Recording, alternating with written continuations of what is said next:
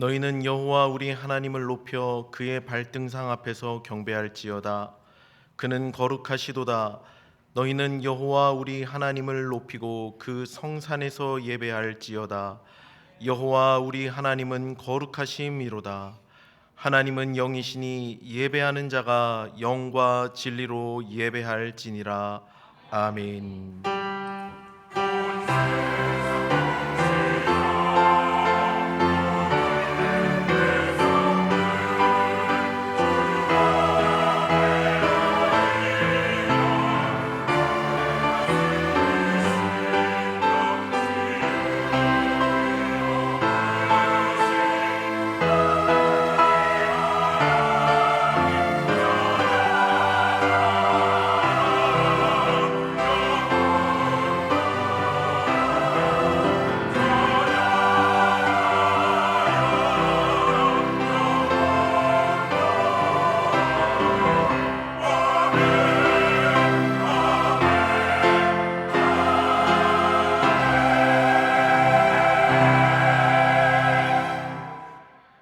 만왕의 왕이 되신 하나님, 거룩한 주일을 맞이하여 연약하고 부족한 저희를 한자리로 모아주시고 높이 계신 주님을 경배하게 하시니 감사드립니다.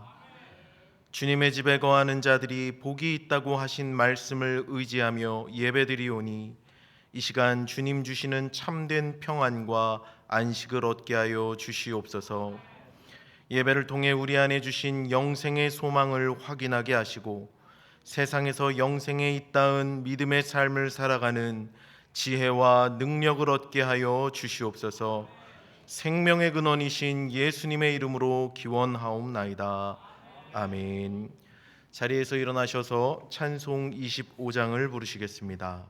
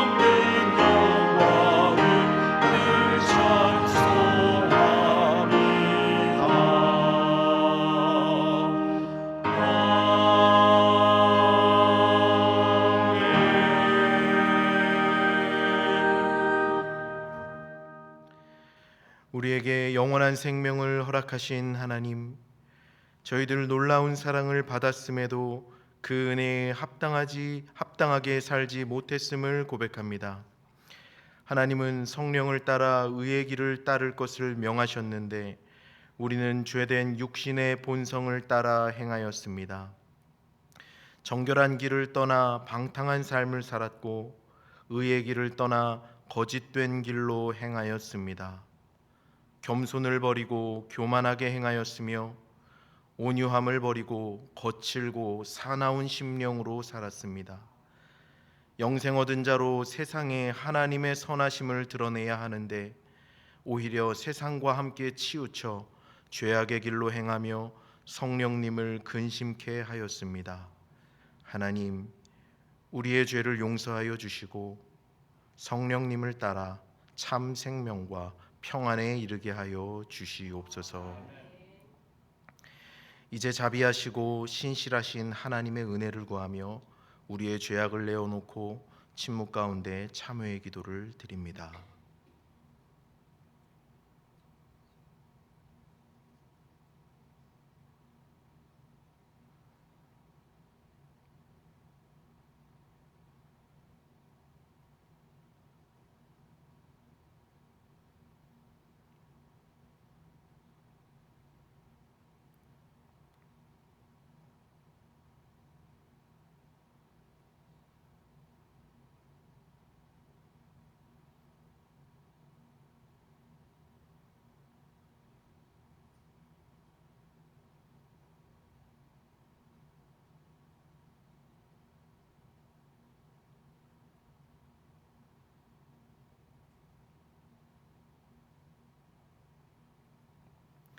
온 마음을 다해 참회하는 자들에게 주시는 하나님의 용서의 말씀이 여기 있습니다.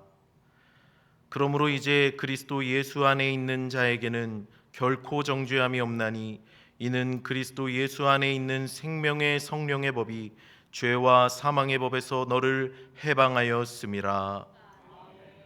이 말씀에 의지하여 참회하는 우리 모두의 죄와 허물이 완전히 사하여졌음을 담대히 선언합니다.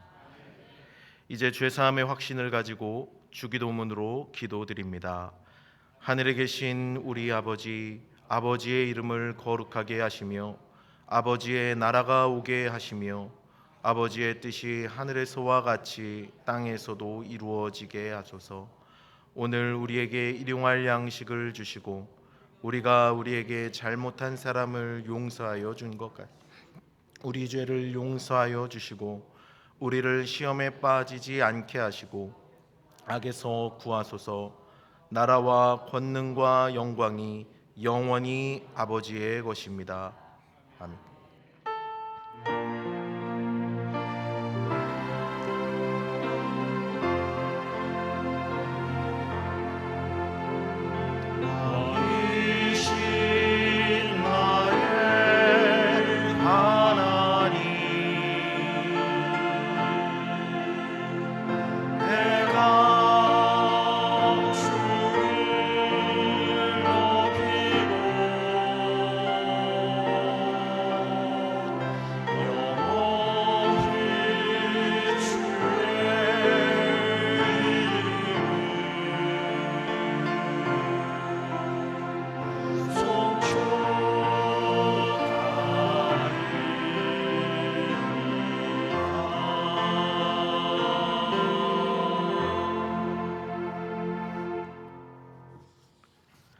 이 시간 기도하실 때 신태성 장로님께서 기도 인도해 주시겠습니다.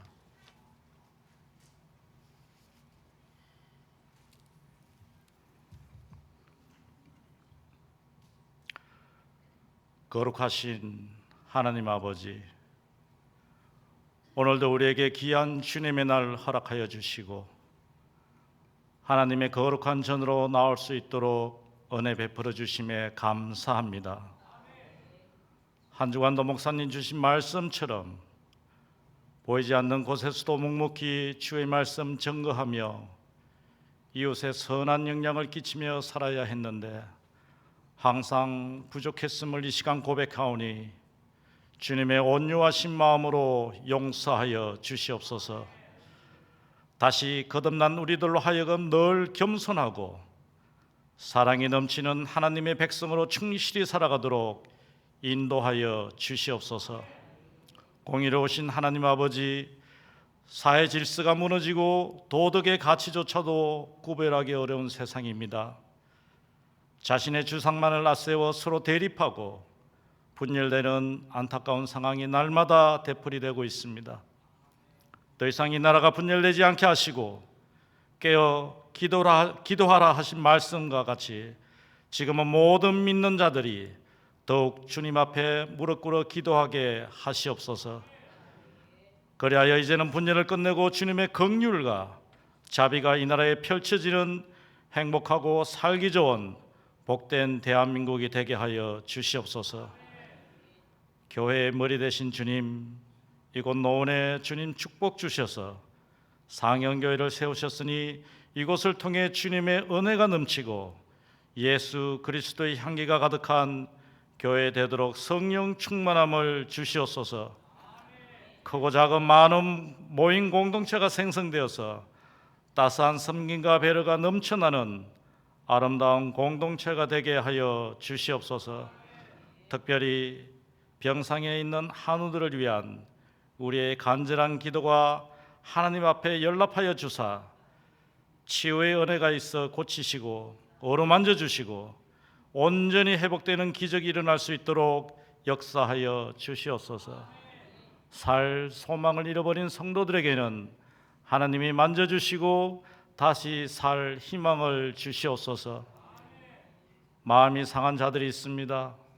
힘들고 지쳐있는 자들도 있습니다.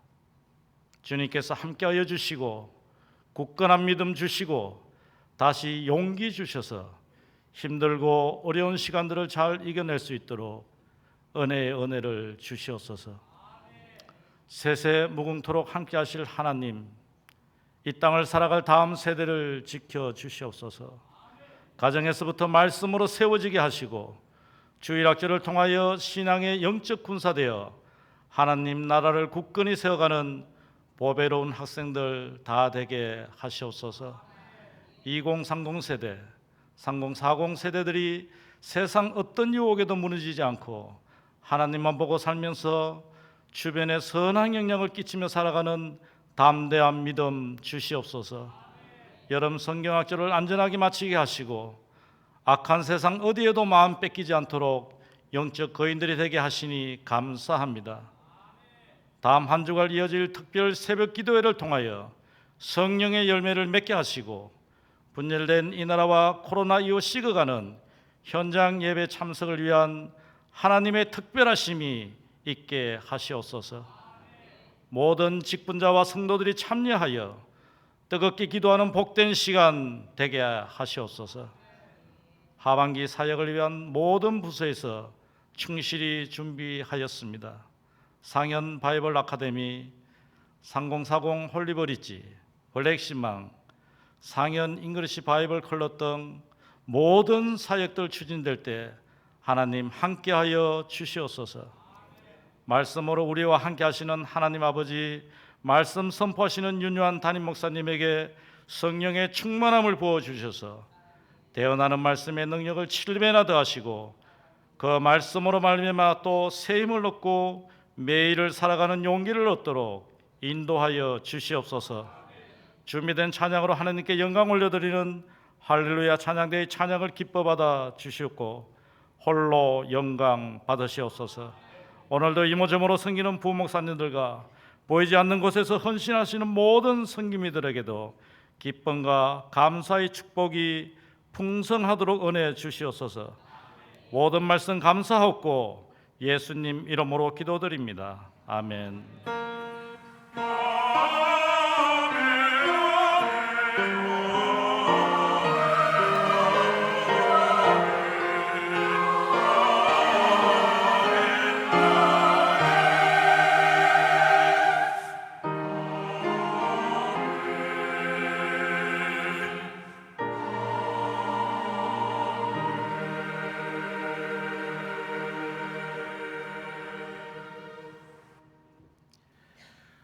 오늘 우리에게 주시는 하나님 말씀은 로마서 8장 5절에서 11절 말씀입니다. 신약 성경 249면입니다. 로마서 8장 5절에서 11절 말씀, 영의 생각은 생명과 평안입니다 라는 제목으로 계시된 말씀 봉독할 때 살아계신 하나님의 음성을 친히 들으시길 바랍니다. 육신을 따르는 자는 육신의 일을, 영을 따르는 자는 영의 일을 생각하나니 육신의 생각은 사망이요 영의 생각은 생명과 평안이니라. 육신의 생각은 하나님과 원수가 되나니 이는 하나님의 법에 굴복하지 아니할 뿐 아니라 할 수도 없음이라. 육신에 있는 자들은 하나님을 기쁘시게 할 수 없느니라. 만일 너희 속에 하나님의 영이 거하시면 너희가 육신에 있지 아니하고 영에 있나니 누구든지 그리스도의 영이 없으면 그리스도의 사람이 아니라. 또 그리스도께서 너희 안에 계시면 몸은 죄로 말미암아 죽은 것이나 영은 의로 말미암아 살아 있는 것이니라. 예수를 죽은 자 가운데서 살리신 이의 영이 너희 안에 거하시면 그리스도 예수를 죽은 자 가운데서 살리신 이가 너희 안에 거하시는 그의 영으로 말미암아 너희 죽을 몸도 살리시리라. 아멘. 이는 하나님의 말씀입니다. 이 시간 할렐루야 찬양대가 찬양으로 하나님께 영광 돌리시겠습니다.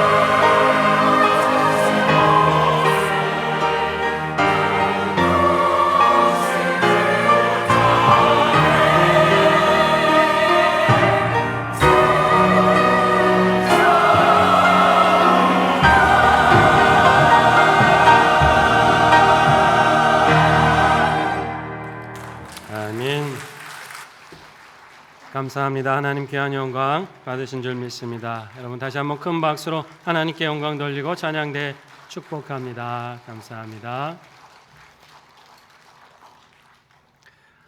사랑하는 성도 여러분, 한 주간 하나님의 은혜 안에 평안히 지내셨습니까?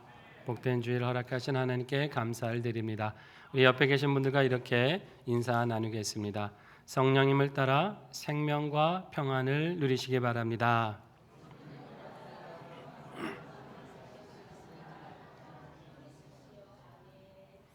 예, 생명은 살리시는 영이죠. 우리 그 성령 따라가면 우리의 생명이 풍성할 줄 믿습니다. 또 회복하고 치유하시는 영입니다. 그분을 의지하면 우리의 삶에 평안이 임할 줄 믿습니다.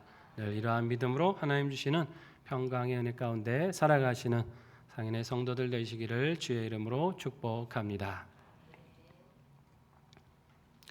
지킬 박사와 하이드라고 하는 소설이 있죠. 아마 여러분도 잘 아실 텐데요.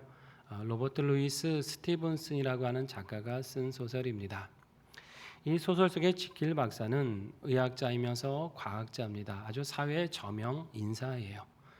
성격도 굉장히 상냥하고 친절해서 많은 사람들의 사랑과 존경을 받습니다. 그런데 지킬 박사는 남들의 인정과는 별개로 자신의 마음속에 있는 그 이중성에 대해서 고민하기 시작합니다. 분명 선한 본성이 자기 안에 있어요. 그런데 남들에게는 드러낼 수 없는 악한 본성도 자기 안에 있다는 것을 깨닫게 됩니다. 그리고는 자신의 이 과학 지식을 가지고 이 선한 본성으로부터 이 악한 본성을 분리해내는 그런 실험을 합니다. 그리고 드디어 그 약을 개발을 합니다. 이 약을 마신 지킬 박사는 전혀 다른 모습으로 변하게 되는데요. 이 악한 본성만을 가진 하이드라고 하는 아주 흉악한 사람이 됩니다. 하이드는 자기 욕망대로 그 죄 가운데 마음대로 행하는 그런 본성을 가진 존재였어요. 그래서 방탕하고 폭력을 행사하고 심지어 살인까지 저지릅니다. 그러다가 다시 약효가 떨어져서 지킬 박사로 돌아오게 되면 언제 그랬냐는 듯이 선해져요. 전혀 다른 사람이 되는 거죠.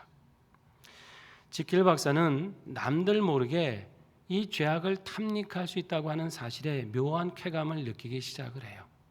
자신이 변했을 때는 무슨 짓을 해도 자기라는 걸 알아보지 못하거든요.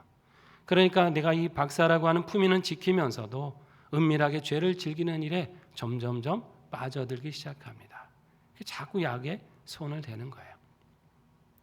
그러던 어느 날 그는 약을 마시지도 않았는데 그만 하이드로 변해버렸습니다. 자기가 얼마든지 원하면 선한 사람으로 돌아올 줄 알았는데 이것이 이제 조절이 안 되기 시작하는 거예요. 그러면 어떻게 되었을까요? 처음에는 선한 본성과 악한 본성의 줄다리기를 하고 아슬아슬 줄타기 하면서 왔다 갔다 했는데 이 균형이 무너집니다. 이제는 점점 악으로 기울기 시작해요. 욕망을 멈추지 못하는 존재가 되고 말았습니다. 그러다 지킬로 다시 돌아왔을 때는 후회도 합니다. 가책도 느끼고 눈물도 흘려요. 그리고 이 가책을 어떻게 하면 덜어볼 수 있을까? 막 자선 사업에도 몰두를 하고 종교 생활에 몰두를 합니다. 그래도 그 삶을 벗어날 수가 없어요. 그의 영혼이 완전히 파괴되기 시작했습니다. 약물을 써도 다시 선한 본성으로 이제는 돌아올 수가 없게 되었고 하이드로 변했을 때 지었던 수많은 죄악 때문에 그는 교수형에 당할 위기에 처했어요. 어쩔 수 없이 이 상황을 감당하지 못했던 그는 결국 스스로 생을 마감한다는 이야기입니다. 여러분 무엇을 말하고 싶었을까요? 우리 사람 안에 있는 이 이중성을 말하고 싶었던 것 아닐까요? 그리고 그 이중성을 그대로 놔뒀을 때 사람은 선해지는 것이 아니라 오히려 더 악해지고 멸망으로 갈 수밖에 없다는 것을 우리에게 알려주는 것일 겁니다. 우리가 소설 이야기를 했습니다만 여러분 이 정도는 달라도요. 우리 안에는 다 이런 남다른 이중성이 있을 수 있죠. 사람에게는 선한 본성이 있습니다. 옳은 것을 좋아하고 잘못된 것을 싫어하는 마음이 있어요. 어려운 사람을 보면 불쌍히 여기고 도와줄 수 있는 긍휼의 마음도 있습니다. 심지어 어떤 사람들은 자기를 희생하면서까지 남을 구하는 사람도 있죠. 참 이 숭고한 선한 본성이 있어요. 그런데 그것만 있습니까? 악하고 추한 본성도 있습니다. 남모르게 은밀한 욕망을 행하고 쾌락을 탐닉하고자 하는 그런 마음이 있죠. 그것을 위해서 때로는 도덕도 저버립니다. 윤리도 저버려요. 양심도 팔아버립니다. 그것을 위해서 남을 속이고 해치는 사람도 있습니다. 그러면서도 눈 하나 깜짝하지 않는 무자비한 면이 또 사람에게도 있더라고 하는 것입니다. 이 사람처럼 이렇게 극과 극을 왔다 갔다 하는 존재도 없을 거예요. 세상에 어떤 만물이 이렇게 극과 극을 왔다 갔다 합니까? 한 사람에는 어떻게 이 서로 어울릴 수 없는 두 인성이 함께 할 수 있습니까? 본문에서는 이것을 가리켜 그가 무엇을 따르고 있느냐, 바로 여기에 그 차이가 있다라고 말씀하십니다. 본문 5절과 6절 말씀을 같이 한번 읽어보겠습니다. 육신을 따르는 자는 육신의 일을, 영을 따르는 자는 영의 일을 생각하나니 육신의 생각은 사망이요 영의 생각은 생명과 평안이니라. 아멘. 말씀해 보니까 몇 가지 길이 있다고 하십니까? 두 가지 길이 있죠. 육신을 따르는 일, 하나는 영을 따르는 일입니다. 여기서 육신이라고 하는 것은 이 몸 자체를 가리키는 말이 아니고 하나님을 대적하는 죄악된 본성을 가리키는 것이죠. 그 본성을 따라 살아가는 사람이 있다, 이런 말씀이에요. 그리고 영을 따른다는 것은 무엇입니까? 여러분, 거듭난 사람에게 주시는, 하나님께서 주시는 선물이 있죠. 성령님을 말씀합니다. 내 죄악된 본성을 말씀으로 다스리고 성령의 인도함을 받으면서 정결하고 의로운 삶을 살아가는 태도, 그런 삶이 있다고 하시는 거예요. 이 세상에서 벌어지는 수많은 죄악들을 보면 대개 어느 길을 따르다 생긴 겁니까? 육신의 길을 따르다 생기는 죄악들입니다. 마음 안에 시기하고 미워하는 본성이 있죠. 이것이 밖으로 드러나면 사람을 해치는 죄악으로 드러나는 거 아닙니까? 혈기를 부리고 포악한 마음들, 이 사나운 마음들이 드러났을 때 남을 파괴하고 공동체를 파괴하는 죄악을 저지르죠. 음욕과 방탕의 마음들이 들었을 때, 이것이 밖으로 나타났을 때 쾌락을 추구하다가 윤리도 양심도 저버리고 멸망의 길을 가게 되더라는 것입니다. 그 욕망을 위해서라면 거짓말도 서슴없이 하고 남을 속이며 부도덕한 일도 서슴없이 저지르는 경우가 있다는 것이에요. 육신을 따르는 길 자체가 그렇게 멸망으로 갈 수밖에 없습니다. 그런데 이제 문제는 뭡니까? 우리 그리스도인조차도 성령이 함께 하시고 우리가 말씀으로 살아가는 우리조차도 때로 이런 유혹을 받는다는 것이죠. 이 육신의 본성의 도전과 지배를 받을 때가 있다는 것입니다. 물론 우리는 세상 사람처럼 드러내놓고 악을 행하지는 않습니다. 그렇게 흉악하고 끔찍한 죄를 저지를 수가 없죠. 이 안에 성령님이 인도하시기 때문이에요. 그러나 그럼에도 불구하고 우리는 남에게 보일 수 없는 추하고 더러운 욕망을 가지고 거짓된 마음을 가지고 얼마든지 살아갈 수 있다는 겁니다. 평소에는 참 정직합니다. 신실해요. 그런데 이해관계가 됐을 때 남들이 보지 않는다고 해서 거짓과 불의와 타협하게 될 때가 있는 거 아닙니까? 웃는 낯으로 상대를 대하고 참 온유한 사람 같은데 그 안에는 상대를 향한 미움과 증오를 가지고 상대를 대할 수 있죠. 겉과 안이 다른 그 모습으로 우리는 살아갈 수 있는 거예요. 겉으로는 참 경건해 보이고 신앙이 좋아 보이는데 속으로는 그렇지 않을 수가 있습니다. 온갖 불신의 마음을 가득히 갖고 살아갈 수 있다는 거예요. 겉으로는 참 온유해 보이지만 속에는 여전히 사납고 거친 것이 가득히 감춘 채로 살아갈 수도 있다는 것입니다. 우리 안에 그런 이중성을 발견하게 될 때마다 우리는 가책을 느낍니다. 그리고 회개하게 되죠. 하나님, 다시는 정말 이렇게 살지 않겠습니다. 하나님 뜻대로 살겠습니다. 결단합니다. 그런데 그 결단한 대로 해서 그대로 살아가면 좋겠지만은 나도 모르는 사이에 다시 육신의 본성을 따라 살아갈 때가 있지 않습니까? 그러면 어떻게 하면 이 이중성을 벗어나서 우리가 정말 영을 따라가는 삶을 살아갈 수 있을까요? 본문의 말씀을 통해 볼 때 여기 생각한다라고 하는 단어가 중요합니다. 말씀에 뭐라고 하십니까? 육신의 생각은 사망이라고 말씀했습니다. 영의 생각은 생명과 평안입니다. 생각에 따라서 그 결과가 사망일 수도 있고 생명일 수도 있다는 거예요. 생각에 따라서 이 결과가 너무나 엄청난 결과를 맞이할 수 있다는 거죠. 이 생각한다라고 하는 단어는 원문으로 보면 이제 프로네마라고 하는 단어를 쓰는데요. 이렇게 스치듯이 생각하는 게 아니에요. 우리가 어떤 생각이 이렇게 스쳐갈 때가 있지 않습니까? 그렇게 하면 이제 스쳤다가 사라져 가요. 조금 있으면 잊어버립니다. 하루만 지나도 생각도 안 날 수 있습니다. 그런 생각을 말하는 게 아닙니다. 여기 생각한다라고 하는 단어는요, 내가 어떤 한 가지를 선택했으면 이것을 잊지 않기 위해서 계속해서 집중하고 묵상하고 마음에 품고 사는 태도를 가리키는 것입니다. 말한다면 묵상하고 집중하며 사는 거예요. 그게 여기서 말하는 생각의 뜻입니다. 결국 우리는 계속해서 내 생각 속에 뭘 생각하고 품고 다지고 사느냐에 따라서 그것에 따라 우리의 말과 행동이 결정된다고 하는 것이죠. 그렇기 때문에 이 생각이라고 하는 것은 우리가 사망으로 가느냐 아니면 생명으로 가느냐 하는 이 영적 전투가 벌어지는 첫 전투의 장소입니다. 여러분 대부분은 제약이 갑자기 행동으로 옮겨집니까? 뭐부터 시작이 돼요? 생각에서부터 시작되죠. 생각하다 멈추면 상관이 없는데 이 생각이 계속해서 발전하다 보면 말이 되고 행동이 되면서 죄악이 일어나는 거 아닙니까? 그 생각을 다스릴 수 있느냐 없느냐에 따라서 그 싸움의 승패에 따라서 내 삶이 완전히 달라지더라는 것이죠. 처음 영적 싸움이 일어나는 장소입니다. 여러분 전쟁에서 첫 전투가 굉장히 중요합니다. 왜 그럴까요? 이 전투를 이겨야 군사들의 사기가 올라가는 거죠. 이 전투에서 승기를 잡아야 나머지 모든 전쟁의 승패를 가늠해 볼 수 있기 때문이에요. 첫 전투는 매우 중요해요. 얼마나 좋은 전략을 세웠느냐, 앞으로의 전쟁의 양상이 어떻게 되느냐, 이 첫 전투에서 많은 것을 깨닫게 되는 것입니다. 우리가 매일매일 살다 보면 이 육신의 생각이 우리를 충동질할 때가 있습니다.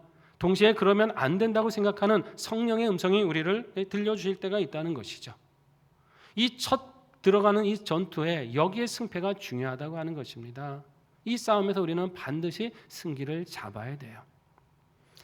이것은 어쩌면 이스라엘 백성들이 가나안 땅을 정복해가는 그 과정과 비슷하다고 할 수가 있습니다. 여러분 이스라엘이 가나안 땅을 정복하는 이유가 단지 땅을 차지하기 위해서 살터전을 마련하기 위한 것이 목적입니까? 여기는 아주 중요한 의미가 있죠. 그 땅의 우상과 죄악된 문화를 몰아내라는 거예요. 같이 어울려서 죄악된 문화와 살 수 없다는 것입니다. 그러니까 그 죄악된 문화와 습관을 깨끗이 몰아내고 거룩한 하나님의 백성으로서의 삶을 그 생각과 그 가치를 가지고 살라고 하시는 하나님의 뜻이셨습니다. 그래서 그 영적 싸움을 쉬지 않고 싸웠던 거예요. 우리의 이 영적 싸움도 이제는 선택이 아닙니다. 멈출 수 없는 필수적인 싸움입니다. 내가 지금 이 생각하고 행동했던 그 일들, 내가 마음에 계속 골똘히 묵상하고 말했던 그런 모든 사건들, 이것이 앞으로 우리 인생의 모든 걸 결정해 갈 수 있는 중요한 전투가 된다고 하는 것입니다. 그럼 대충 싸울 수 있습니까? 전력을 다해서 임해야 합니다. 작전을 세우고 내가 가진 모든 힘을 동원해서 이 싸움을 싸워야 되는 거예요. 목사라고 하면 저절로 이 싸움을 이기게 될까요?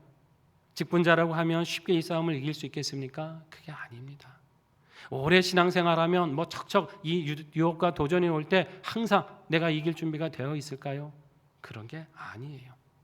하루하루 나 자신을 돌아보면서 성령님을 따라 우리의 전력을 다해서 싸워야 될 줄로 믿습니다. 그렇게 우리는 그 싸움을 임해야 됩니다.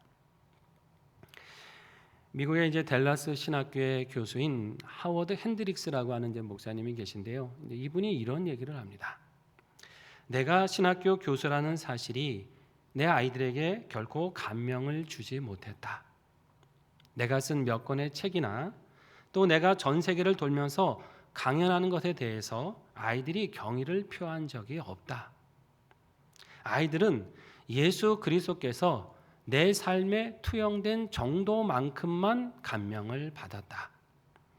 아버지로서 자녀들과 놀아주며 그들의 고장난 자전거의 타이어를 고쳐주는 것이 목사로서 내 삶에 참 중요한 일이다. 여러분 무슨 말씀인지 이해가 되십니까?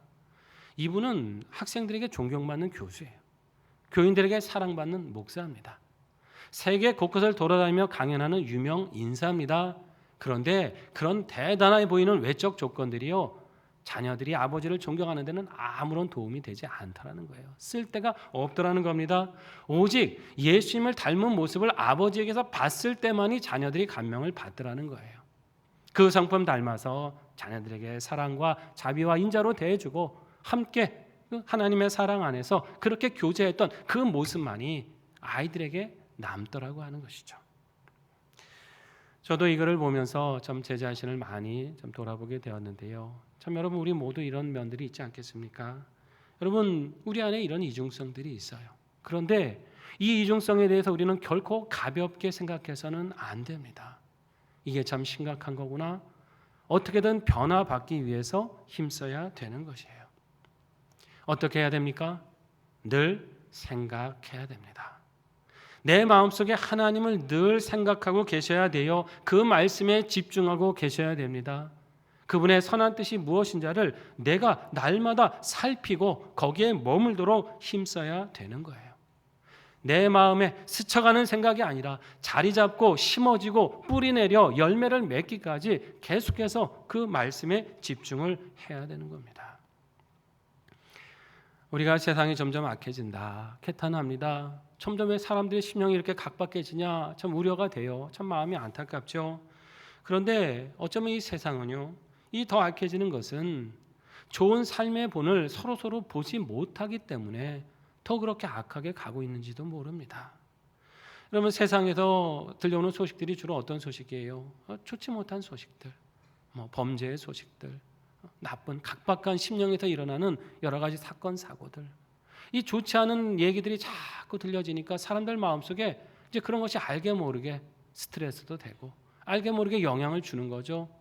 모방하고 싶은 사람이 생겨나고, 나도 그렇지 않아도 화나 죽겠는데 나도 좀 이렇게 해보겠다라고 해서 잠잠히 누르고 있던 것들이 마치 폭발이라도 하듯이 여기저기서 그렇게 흉내내는 죄악들이 일어나는 거 아닙니까? 이것을 치유할 수 있는 길은 좋은 본이 계속해서 보여져야 되는 것이죠. 선한 사람들의 그런 이야기들, 악한 사람이 있었는데 변화받은 이야기들, 잘못된 가던 사람이 돌이켜서 바른 길을 가게 됐던 그런 사건 이야기들, 이런 것들이 들려지고 이런 변화가 내 안에 일어나고 주변에서 보여져야 이런 각박한 세상도 점차 선한 영향을 받게 되는 것이에요. 여러분, 이 사회에 이런 일들이 많아져야 하지 않겠습니까? 우리 믿음의 사람들이 먼저 이 사명을 감당해야 될 줄로 믿습니다. 이 책임을 가지고 우리는 우리 안에 이런 이중성을 벗어나서 한결같이 하나님의 역사를 나타내는 사람이 되도록 그 뜻과 그 말씀에 더 집중하며 살아가야 되는 거예요. 여러분, 이제부터 하루를 시작하실 때는 반드시 하나님께 내 자신의 삶을 맡기고 기도하며 하루를 시작하십시오. 하나님, 지금 이 문을 나서는 순간부터 나는 영적 전투의 장에 들어갑니다. 대장 되신 주님, 나를 도와주셔서 내 생각을 지켜주시고 말과 행실을 지켜주시옵소서. 내가 만나는 사람에게 우리 주님의 선한 향기 내게 하시고 내가 섬기는 직장과 그 모든 곳에서 그리스도의 사람인 것을 담대히 나타내며 살게 하여 주시옵소서. 이러면서 여러분 문을 나서세요. 그리고 그렇게 하루를 사셨거든 다시 돌아와 잠자리에 들기 전에 다시 한번 나의 하루를 주님 앞에 돌아보며 마감하시기 바랍니다. 잘 사는 거 있으면 하나님께 영광 돌리시고, 혹시 부족한 게 있다면 하나님, 나는 부족했지만 다시 힘을 주실 줄 믿습니다. 날 도와주셔서 점차 주님의 영을 따르는 사람으로 살아가게 하시옵소서. 이렇게 하루를 마감하며 결단하시기 바랍니다. 여러분, 이러한 삶으로 성령님을 통해 주시는 이 생명과 평안을 누리시고 주변을 살리시는 일꾼이 되시기를 축원합니다. 이렇게 성령을 따라 살아간다는 것은 무엇일까요? 여러분, 이것은 결국 영생을 살아간다는 뜻입니다. 여러분, 우리가 예수 믿고 영생 얻었음을 분명히 믿으십니까? 그러면 그 영생은 언제 누리시는 걸까요? 죽은 다음에 천국에서 누리는 겁니까? 물론 맞지요. 그러나 그것은 그 영생을 완성하는 시간입니다. 영생은 우리가 성령 받은 그 순간부터 지금 여기서 누리는 거예요. 물론 우리가 성령님과 함께 산다고 해도 언젠가 한 번은 육신의 죽음을 경험해야 됩니다. 제 가운데 태어난 인생이 반드시 한 번은 겪어야 될 운명이죠. 하지만 그리스도 안에 살아가는 사람, 성령이 거하는 그 사람은요, 죽음이 끝이나 절망이 아니에요. 잘 살아오던 이 영생을 완성하는 새로운 관문입니다. 그 말씀이 본문 11절에 잘 나타나 있는데요. 같이 한번 읽겠습니다. 예수를 죽은 자 가운데서 살리신 이의 영이 너희 안에 거하시면 그리스도 예수를 죽은 자 가운데서 살리신 이가 너희 안에 거하시는 그의 영으로 말미암아 너희 죽을 몸도 살리시리라. 아멘. 제가 이 구절을 이제 세 구절로 이렇게 나눠 놨거든요. 한 절 한 절 좀 잘 보셔야 됩니다. 처음 구절에 보시면 예수를 죽은 자 가운데서 살리신 이의 영이라 그랬습니다. 그러면 여기 살리신 이는 누구고 그 영은 누구십니까? 살리신 이는 하나님이시고 그 영은 성령님이십니다. 맞습니까? 하나님께서 예수님을 부활시키셨는데 누구를 통해서 살리셨다고요? 성령님을 통해 살리셨다는 뜻입니다. 자, 그리고 그 두 번째 구절에 가면 그 성령이 우리 안에 거하시면 그리스도 예수를 죽은 자 가운데서 살리신 이 누구세요? 살리신 이는 하나님이 우리에게 베푸시는 놀라운 역사가 있다는 말씀이에요. 그것이 바로 세 번째 구절에 나타나 있습니다. 우리 안에 거하시는 그의 영, 그의 영은 누구십니까? 성령으로 말미암아 우리의 죽을 몸을 어떻게 해요? 살리시리라. 아멘. 이 말씀을 보면 다시 풀어서 보면 이런 구절이 되는 거죠. 다시 한번 같이 읽어봅니다. 예수를 죽은 자 가운데서 살리신 하나님의 성령이 너희 안에 거하시면 그리스도 예수를 죽은 자 가운데서 살리신 하나님이 너희 안에 거하시는 그의 성령으로 말미암아 너희 죽을 몸도 살리시리라. 아멘. 하나님이 우리 죽을 몸을 살리시는데 누구로 인해서 살리세요? 성령님으로 인해서 살리시리라. 이 성령님께서는 하나님의 뜻에 따라 예수님을 살리셨고 동일하게 하나님의 뜻에 따라 우리를 살리십니다. 성령님은 살리시는 영이에요. 생명의 영이십니다. 믿으십니까? 나는 이 세상에서 언젠가 한 번은 죽지만 그건 사실 죽는 게 아닙니다. 새롭게 살려고 가는 거예요. 영생을 입기 위해서 출발하는 첫 걸음입니다. 왜냐하면 내 안에 계신 성령님이 살리시는 영이기 때문이에요. 그러니까 지금 너 나는 살아있는 것이고 죽어도 나는 살아있는 것이고 오히려 부활의 몸으로 완성되어 살게 되는 것입니다. 그분이 내 영혼만 살리십니까? 아닙니다. 죽을 이 몸도 살리신다 그랬어요. 여기 아주 중요한 의미가 있는 거예요. 이 몸도 살리신다. 여러분 이 말이 무슨 뜻일까요? 우리 인생은 이 몸 때문에 이 육신의 한계 때문에 절망하고 좌절하지 않습니까? 대개 이 몸에 문제가 되기 때문에 병도 걸리고 아프기도 하고 절망하고 결국 노화되어 죽는 것, 대부분의 인생의 근심 걱정은 이 몸의 한계 때문에 겪는 거예요. 근데 이 몸을 살리신다 그랬습니다. 이 말은 뭡니까? 우리가 가진 육신의 한계와 절망 때문에 살아가는 이 모든 고민과 근심에서 우리를 능히 건져 주신다는 겁니다.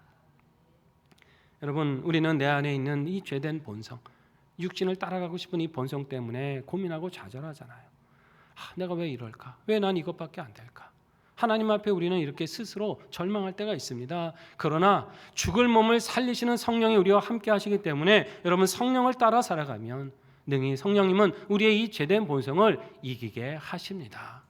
우리의 이중성을 극복하게 할 수 있는 힘이 성령을 따라 살아가는 거예요. 우리는 때로 육신의 질병 때문에 근심하고 절망하죠. 여러분 큰 병이라도 걸려보십시오. 가슴이 철렁 내려앉고 이제 내 삶은 끝났나 보다. 모든 게 무너지잖아요.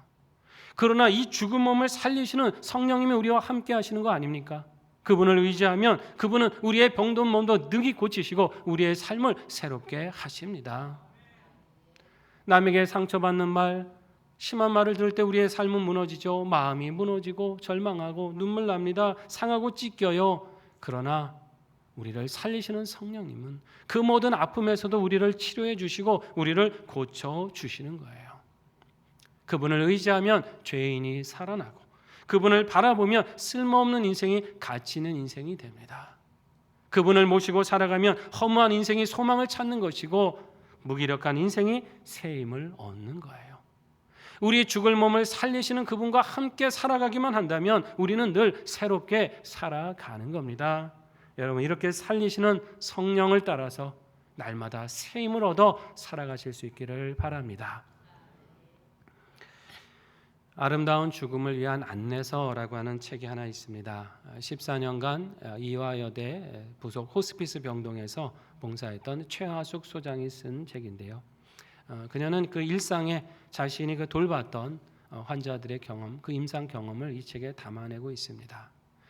무려 700여 환자들, 암 환자를 비롯한 중환자들을 돌보면서 그들이 평화롭게 마지막을 맞이할 수 있도록 그렇게 이제 봉사를 했는데요. 참 그 사연들을 보면 가슴이 참 미어지는 사연들이 참 많았다고 합니다. 어떤 이는 남편에게 예쁘게 기억되고 싶어서 이 웨딩 드레스를 입고 마지막 순간을 맞이하는 사람도 있었습니다. 어떤 사람은 가진 것이 참 많은 사람이었는데 이 죽음 앞에서 너무 죽고 싶지 않은 거예요. 그러면서 안 돼라고 하는 말을 외치면서 눈을 부릅뜨고 마지막을 맞이한 사람도 있다고 합니다. 살아있을 때 서로 화해하지 못했던 것, 내 마음의 그 미운 응어리를 풀지 못하고 살았던 것, 이거를 너무 후회하는 사람도 있었고요. 그런가 하면 살려만 주시면 열심히 신앙생활 하겠다고 그렇게 간절히 기도하는 사람도 있었습니다. 또 그 중에는 이제 곧 그분을 내가 만나게 될 것이다 이러면서 평안한 모습으로 마지막을 맞이한 사람도 있었다고 합니다. 수많은 사람들이 각양각색의 모습으로 마지막을 맞이하는 것을 보면서 저자는 이런 결론을 내립니다. 살아있을 때 죽음을 잘 준비해야 한다는 것을 배웠습니다. 살아있을 때 이 죽음을 잘 준비해야 한다는 것이죠. 여러분, 정말 맞는 말 아닙니까? 죽음이 멀리 있는 게 아니라 살아있는 순간을 그 잘 준비할 수 있다고 한다면 그게 지혜고 믿음이죠. 그러면 어떻게 그렇게 살 수 있습니까? 매일같이 죽음을 묵상하라는 얘기일까요? 그런 게 아니죠. 내가 지금 살아있을 때 영원하신 생명의 영이신 성령님과 함께 살아가면 되는 거예요. 그분과 동행하고 그분의 음성을 따라 살아가는 것, 지금부터 영생을 살아가기 시작하면 되는 것이죠. 그렇다고 했을 때는 갑자기 죽음이 온다 할지라도 그것이 두려운 시간이 아니라 내가 그렇게 살아왔던 그 영생을 완성하는 시간이 될 수 있다는 것입니다. 이 땅에서 우리가 성령을 따라 영생의 삶을 살면 그는 죽어도 죽는 게 아닙니다. 살리시는 성령으로 인해서 영생에 시작하는 삶을 사는 것입니다. 사랑하신 성도 여러분, 우리는 매일같이 이 죄된 육신의 본성에 이 지배를 받으려고 하죠. 충동이 일어납니다. 여러분, 결코 거기에 지지 마시기 바랍니다. 살리시는 성령을 따라서 그 말씀에 집중하시고 그 뜻에 집중하셔서 이기며 살아가시기를 바랍니다. 내가 사는 이 순간이 천국과 별개의 삶이 아니다. 지금 천국과 이 땅에 있는 이 시간인 것을 기억하시고 지금부터 영생을 살아내세요. 하나님이 도와주십니다. 기쁨과 능력으로 우리를 지켜주실 것입니다. 특별히 우리는 내일부터 한 주간 새벽 기도를 통해서 이 성령의 열매를 맺는 삶에 대해서 함께 은혜를 나누고자 합니다. 가능하면 현장에 나와서 함께 예배하시고 혹 현장에 나오기 어려우신 분들은 영상을 통해서도 다시금 하나님이 이 성령님을 통해 주시는 그 생명과 능력, 다시 그 말씀을 통해서 확인하시기를 바랍니다. 이렇게 우리의 생각과 삶이 늘 성령의 인도함을 받고 그분과 동행하는 것이 되셔서 우리 하나님께서 주시는 참 생명과 평안을 늘 누리시는 저와 여러분 되시기를 주의 이름으로 축원합니다. 함께 결단하며 기도하겠습니다. 하나님, 매일 하나님을 생각하고 그 말씀에 집중하여서 성령의 길을 따라가게 하시고 그 소망과 능력으로 영생에 있다는 삶을 살아가며 참 생명과 평안을 누리게 하여 주시옵소서. 결단하며 함께 기도하겠습니다. 아버지 하나님, 은혜 감사드립니다. 이 시간 주의 말씀을 따라 우리의 죄된 본성을 이기고 성령을 따라 살아가는 말씀을 함께 나눕니다. 하나님 함께 하시옵소서. 도와주시옵소서.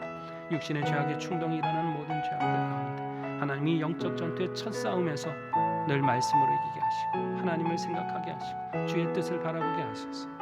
이 싸움의 승기를 잡고 죄악에 지지 아니하고 믿음으로 살아 주의 뜻으로 승리하는 저희들 되도록 인도하여 주시옵소서. 하나님의 말씀을 늘 사모하며 나가기를 원합니다. 주의 뜻에 집중하며 나가기를 원합니다. 하나님 이 땅을 살아갈 때 이 삶이 영생에 있다 있는 삶인 것을 우리가 기억하기를 원합니다. 하나님 천국이 멀리 있는 것이 아니라 지금 살아내게 하시고 성령님을 따라 지금부터 누리는 삶이 되도록 인도해 주시옵소서. 우리의 삶의 삶 생명과 평안이 풍성케 해주시고 하나님 우리가 주변을 살리는 사람 되게 하시고 주변의 생명을 전하는 자가 되게 하여 주시옵소서. 하나님이 전하고 나눌 때에 우리도 살게 하시며 주변을 살리는 역사가 되게 하시옵소서. 하나님 이렇게 참 승리하는 삶을 살아가는 저희들 되도록 이 악한 세상 속에서 오직 선으로 승리하고 하나님의 역사를 증거하시고 우리들 되게 하여 주시옵소서.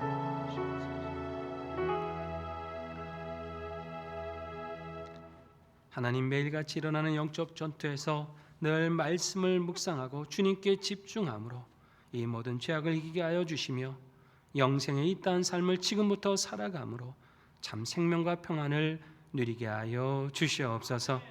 예수님의 이름으로 기도드립니다. 아멘. 찬송가 182장 3절까지 부르시겠습니다.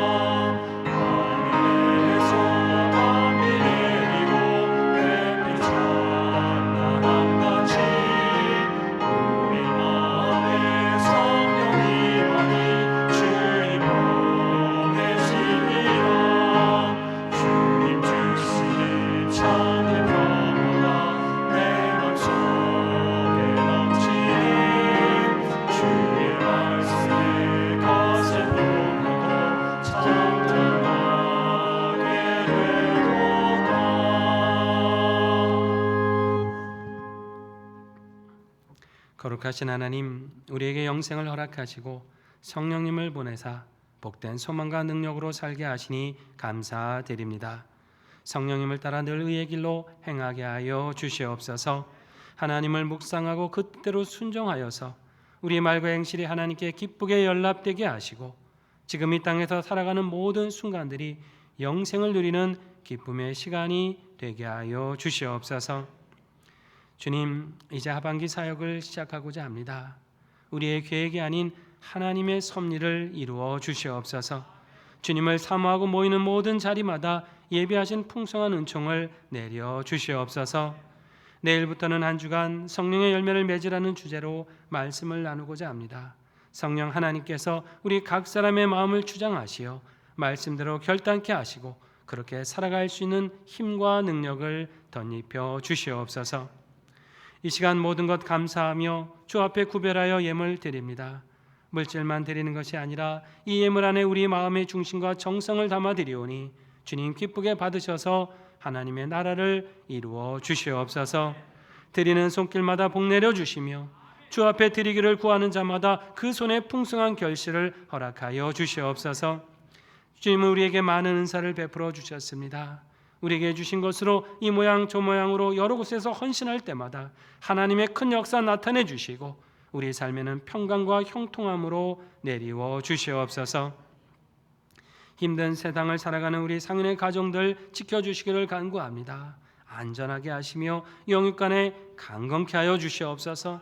우리의 자녀들의 간구를 들어주시옵소서. 믿음으로 기도할 때 순탄한 진학과 취업의 길을 열어주시고 결혼과 태의 열매를 위해 기도할 때마다 복된 가정 이루며 생명의 자녀를 유업으로 받게 하여 주시옵소서.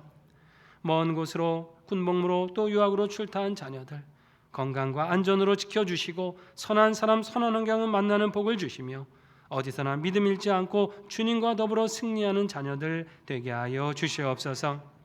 육신의 질병으로 기도하는 성도들 살리시는 성령의 역사로 치유하여 주시옵고 여러 가지 기도의 제목으로 간구하는 성도들의 기도를 흠양하셔서 가장 좋으신 방법으로 선하신 뜻을 따라 응답하여 주시옵소서. 다시금 주의 말씀과 성령 하나님 의지하며 세상을 향해 나아갑니다. 늘 성령님과 동행할 때 생명과 평안의 기쁨을 누리게 하여 주시옵고 주변을 살리는 하나님의 자녀로 살게 하여 주시옵소서. 예수님의 이름으로 봉헌기도 드립니다. 아멘.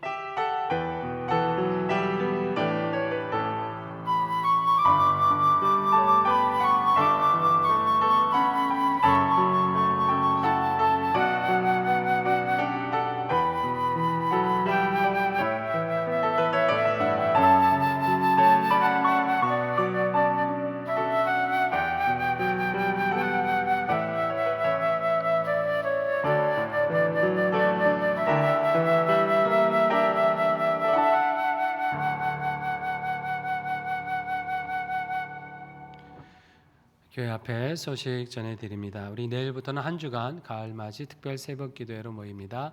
내일부터 9월 1일 금요일 오전 5시 30분까지 이 자리에서 모이게 되고요. 성령의 열매를 맺으라는 주제를 가지고 갈라디아서 5장 22절에서 24절 말씀을 나누겠습니다. 첫째 날은 사랑과 희락, 둘째 날 화평과 오래 참음, 셋째 날 자비와 양선, 목요일은 충성과 온유, 금요일은 절제와 자기분이라는 제목을 가지고 함께 말씀을 나누겠습니다. 우리 또 새벽기도회 중에는 각 장로님들 비롯한 각 부서 우리 특송도 준비가 되어 있습니다. 회원들 기억하시고 참여해 주시기 바라고요. 또 우리 모든 성도님들 현장을 지키지 못하더라도 영상으로 또 시간을 놓치셨으면 또 녹화된 영상을 통해서도 함께 말씀을 나누면서 하반기를 시작해 주시기를 바랍니다. 9월 월사 온가족 기도회는 따로 모이지 않고 특별 새벽 기도회로만 모이겠습니다. 상현 바이블 아카데미 교재가 이제 준비가 되었습니다. 신청하신 분들은 1층 사무실 앞에 가시면 교재에 성함이 스티커로 붙여져 있습니다. 본인 책자 찾으셔서 또 이번 주부터 공부 준비해 주시기를 바랍니다. 3040 홀리브리지 하반기 사역을 앞두고 연합 기도회로 모입니다. 오늘 예배 후에 1시 30분에 장소가 5층으로 변경이 되었습니다. 5층 쉐마울에서 모입니다. 또 세대들 또 자녀들 포함해서 함께 기도 모임으로 갔습니다. 우리 하반기 시작하시면서 또 기도하며 시작하는 시간이 되시길 바랍니다. 블레싱맘도 기도 이제 개강을 합니다. 이번 주 화요일입니다. 29일 화요일 오전 10시 30분 6층 미션을 해서 첫 이제 하반기 모임으로 시작을 합니다. 기억하시고 참여해 주시기를 바랍니다. 그동안 기도하고 준비했던 우리 EBC 상현 잉글리시 바이블 클럽도 이제 개강을 앞두고 있습니다. 다음 주일 9월 3일 첫 모임인데요. 1시 30분에 1층 드림물에 모여서 먼저 예배 드리고 그렇게 하고 첫 개강의 시간을 갖겠습니다. 우리 장로님들 비롯한 또 학부모들 또 참석해 주시고요. 또 함께 와서 또 많은 성도님들 원하시는 분들 누구나 오셔서 함께 기도해 주시고 함께 또 축복해 주시면서 또 시작하는 시간이 되도록 하겠습니다. 교우 소식입니다. 우리 결혼하는 자녀들이 있습니다. 청년 이부를 섬기는 이덕중 군과 권세범 양이 이번 주 토요일 9월 2일 낮 12시에 대치동에 있는 트라니도이라고 하는 곳에서 결혼 예식을 갖습니다. 우리 믿음의 청년들이 복된 가정 이루도록 많이 축하해 주시고 기도해 주시기를 바랍니다. 이제 자리에서 일어나셔서 182장 4절과 5절을 부르시겠습니다.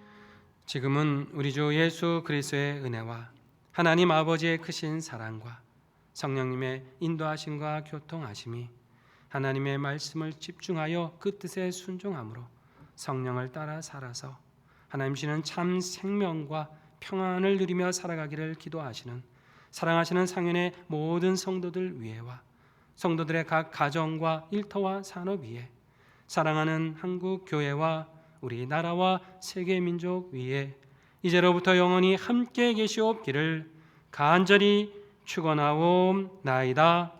아멘.